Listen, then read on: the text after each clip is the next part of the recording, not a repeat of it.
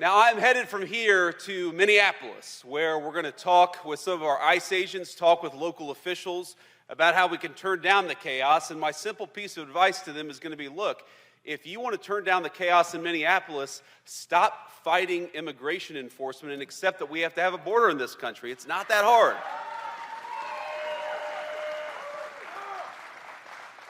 If you look all across our country, what's happened in Minneapolis is happening almost nowhere else in the United States of America. You'll hear this number thrown out, $18 trillion of new investment. You know what that means? That means new factories, that means new plants, that means, new oil refineries and new energy facilities in the United States of America. Because for so long, our government had the policy that we were going to invest in other countries. No. We want other countries to invest right here in the United States of America. Now, on Greenland, simple fact is, Greenland matters to American national security because our entire missile defense relies on security in the Arctic. This is something the media who's obsessed with Greenland, they completely forget why Greenland matters. What if, God forbid, I'm not saying it's going to happen anytime soon, but what if a foreign country launched a missile at the United States of America? We would need control over the Arctic in order to shoot that missile down. Our entire missile defense system depends on that Arctic security.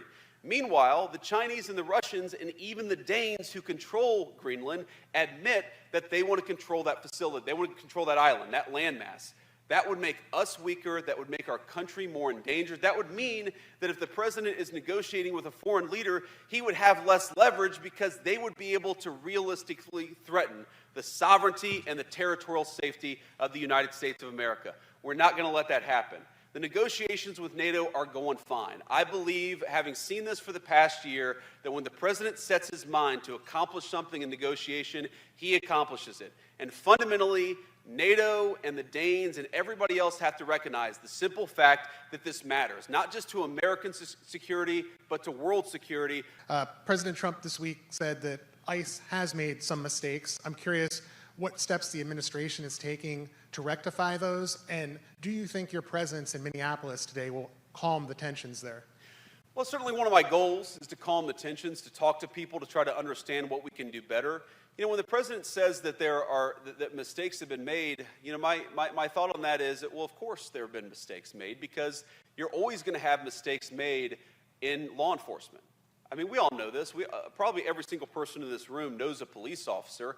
99% of our police officers, probably more than that, are doing everything right. Some people are going to make mistakes. That's the nature of law enforcement. But the number one way where we could lower the mistakes that are happening, at least with our immigration enforcement, is to have local jurisdictions that are cooperating with us. There are some very basic things that would make Minneapolis look, Memphis, Tennessee, a blue city where you do not have this chaos in immigration enforcement because the local police and the local authorities are cooperating with us.